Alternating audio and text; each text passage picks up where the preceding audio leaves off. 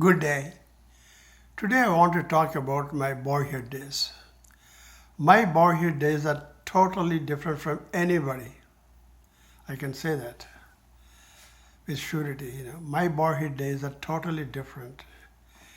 You see, I did home study up to fifth grade. A private tutor came to our house and taught me all the subjects, prepared for the first form, which I joined in AVN college. AVN college have first, fifth, sixth, seventh, and then the high school up to 12th, and then college. Everything in the same campus. Next to the medical college, physiology and anatomy department, up in the hill. I had to climb, you had to walk, tough. Sometimes I used to take rickshaw, but the rickshaw puller had a difficult time pulling up. It's called College Down, AVN College Down is a famous street.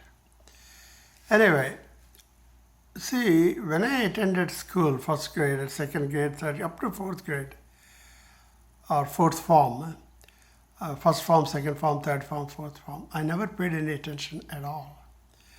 I used to go to the school, sit in the classroom, third row or second row near the window. My seat is kept for me. Nobody used to sit.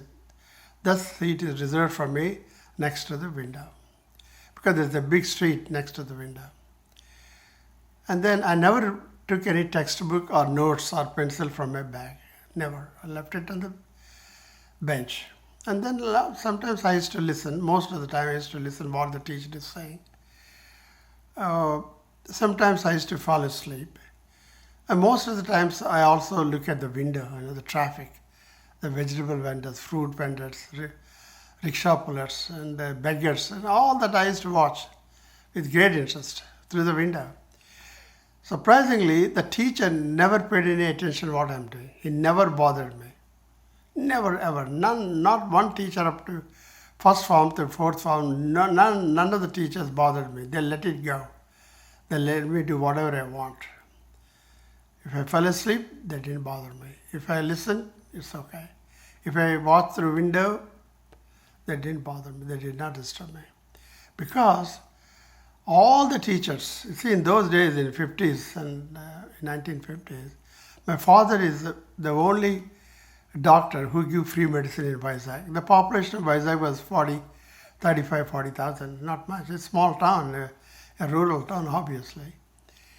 And most of the people in the Vizag visited my father once or twice in their lifetime. So they know them. Captain Dr. Ramarao Alipuram Junction means it's a free clinic. If an accident happens, they bring the patient rickshaw and he used to treat them. And sometimes he used to treat patients in return for whatever they bring, rice or oil or vegetables or pulse or whatever. And also most of his patients are from rural areas, surrounding villages. They used to bring pets like peacock or a guinea fowl or a parrot or a bird or a turtle. He used to, and a lot of pigeons he used to get for giving free medicine in return. He used to accept. So he turned the backyard into a petting zoo, where it's all animals in the cages, birds in the cages, some animals, peacocks, and they're free roaming. Dogs, 10 or 12 dogs, they're free roaming in the backyard, the petting zoo like. And we have a man who used to take care of all the animals, feed them and remove their excrement and all that stuff to keep the area clean.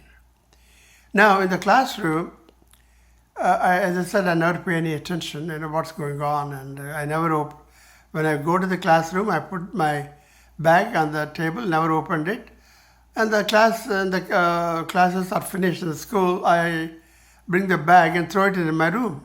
I never opened the bag.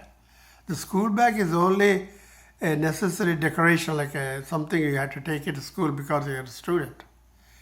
I never opened a school book or notes in the home, never studied, never, ever. I can't recall studying any story or any math or any social studies or civics, and I can't recall.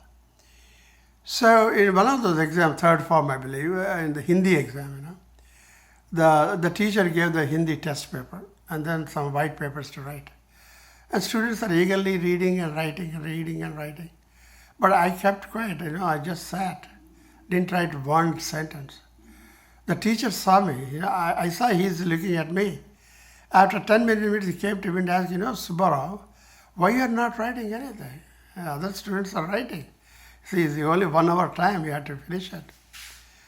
I murmured, quite slow, with a very quiet voice. I told him, sir, I cannot read Hindi. I never learned a few alphabets here and there, but I cannot read. So if I cannot read the question paper, how can I write it? I cannot even write because I know only a few alphabets, I cannot write a whole sentence, So that's my predicament, that's my situation. I told him in Telugu. He looked at me and then he said, okay, sit down. And then he went to headmaster's room. Came back at 10, 12 minutes and said, you know what?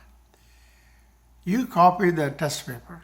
You just look at the test paper and copy the Hindi test paper on your answer sheet and give it to me. We'll take care of it. I did it. And then I passed in Hindi, without writing.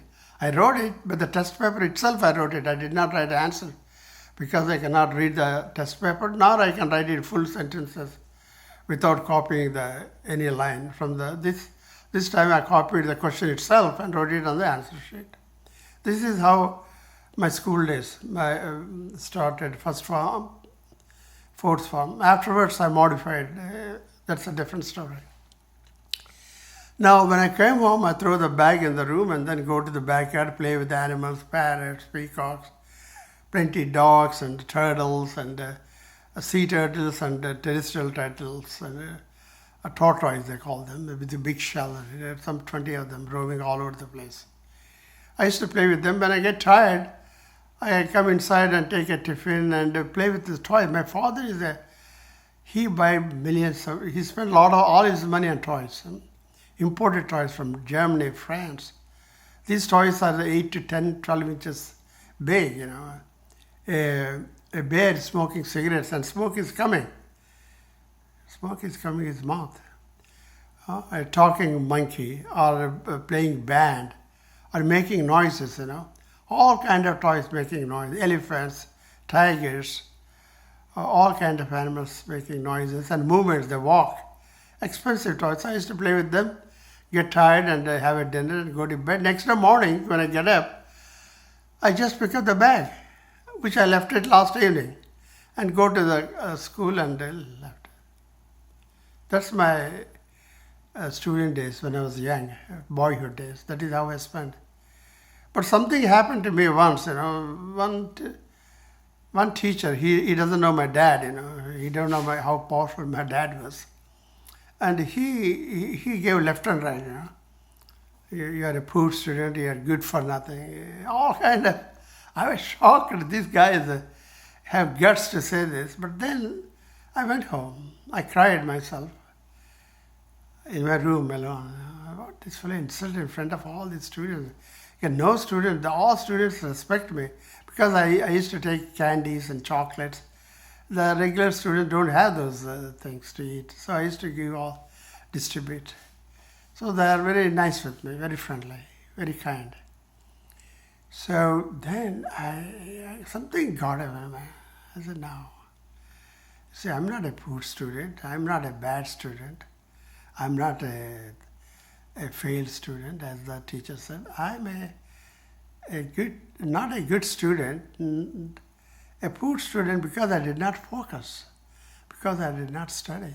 That got into my brain. Just imagine a small boy around 14 years old or 13 or 14 or 15 years old got into the mind. And then next day, I opened my bag, I listened to the teacher make notes, came home, read every subject every day, and I got first class BSc Agriculture Bapatla, and then for distinction and masters. Almost I got 3.9 out of 4 GPA in masters, and then I got a PhD at British University in West Indies, Trinidad, St. Augustine, where on the British system, the PhD is very long. They may take 5, 6, 7 years. I finished less than 4 years. And then worked as a scientist, published a lot of papers, around 30, 40 papers, wrote a lot of books and subject matter books, monographs I call it. And then after retiring, I published a lot of storybooks for fun. But this has all happened because I'm not a bad student, I'm a poor student because of lack of focus and attention. When you got it, I moved on, like many other good students in their lives. So my boyhood days, not studying at all, not opening the bag, and copying the question mark for answers and passing it. I used to pass all the subjects. I don't even know what score I got it. They just passed first fifth grade to sixth to seventh, like that, without studying. But afterwards, I studied myself and I got a good rank by myself, by hard work. So this is something different, unique. I doubt anybody can share their boyhood days with me. I want to share that my boyhood days with you.